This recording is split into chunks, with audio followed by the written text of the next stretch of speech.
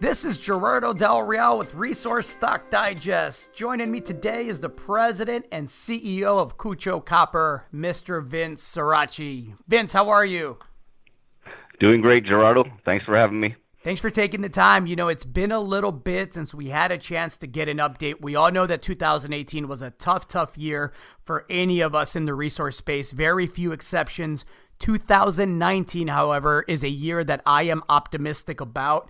One of the companies that I am most optimistic about is Kutcho Copper. And I started by saying that it's been a little bit since we chatted. I would love for you, for people that are new to the story, because I know the resource space is attracting some new blood, I would love for you to remind us what attracted you to purchase the flagship deposit.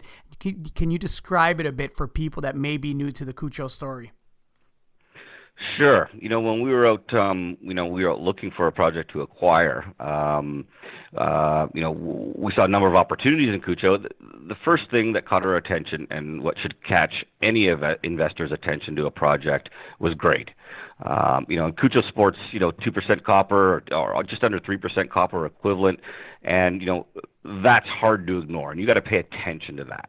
For Kutcho, as we took a deeper look, what we saw was opportunity to significantly scale the size of the project. We saw, and with that, we also saw, the potential for a high margin project with low capital requirements. And that's important these days. These big copper projects that are you're looking at $1 billion or $2 billion builds.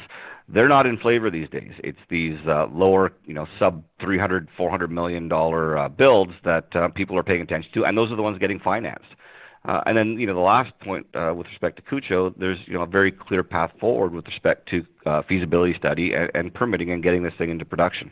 So that was what attracted us initially to it, and that's kind of what we've been working on since we acquired it. You touched on the feasibility study, and again, I want to provide some context for people that don't have it. You currently have a market cap of sub 18 million Canadian. You have a 2017 pre-feasibility study that showed an after-tax NPV of 265 million Canadian with an IRR of 27.6%. A lot of runway between 18 million and 265 million. You mentioned feasibility study. When can we expect that to be published? I know you're probably in the process of wrapping that up. Am I accurate in that? Yes. So what we did, the strategy for us since we acquired this project, and that's only just over a year ago, was to get back into the field, and it was the quickest timeline to complete feasibility, permitting, and production. So last year, through 2018, we probably spent around $16 million in the field, and that was to capture all the data required to complete the feasibility study. So, everything from geotechnical and metallurgical drilling and resource expansion drilling, and we also recommenced our baseline studies. So all that happened in 2018, and it was a very successful field season. We did everything we needed to do. We did it on budget, and all that feeds into completing the feasibility study, which is probably 6 months away from completing that. But we also made significant advancements with respect to, and this is very important, our First Nations partners on the project. We established over the course of 2018 great relationships. Both First Nation partners are pro-mining and would like to see this project succeed alongside us. Excellent, and that's important. Can you talk to people about who's running that community relations aspect with the First Nations, because it's so critical? Yeah, we've got a great team here, spearheaded by Sue Craig. Sue has permitted 2 projects in BC, Galore Creek and Kemess Underground. So, she's got a ton of experience in doing this, and like I said, right in our own province, she's permitted 2 projects. So she's doing a gret job. Fantastic. You had a very successful 2018 execution-wise. What can we expect as far as near to midterm catalysts in 2019?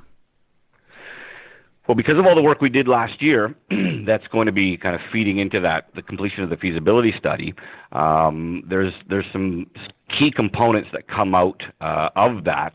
One of them is an updated resource estimate. So we, as I mentioned last year, we did drilling to kind of expand the size of the project.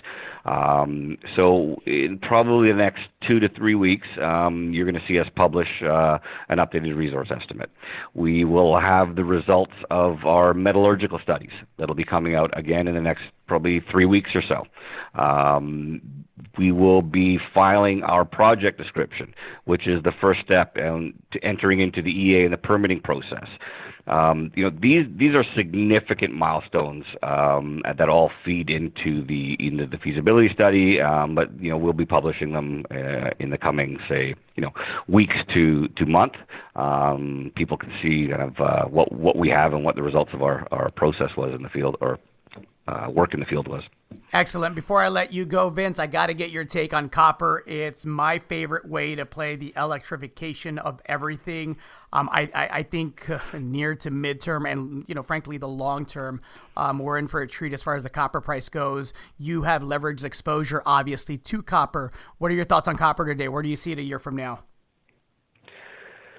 I mean, I like copper. I mean, copper. I think copper is going to be north of $3.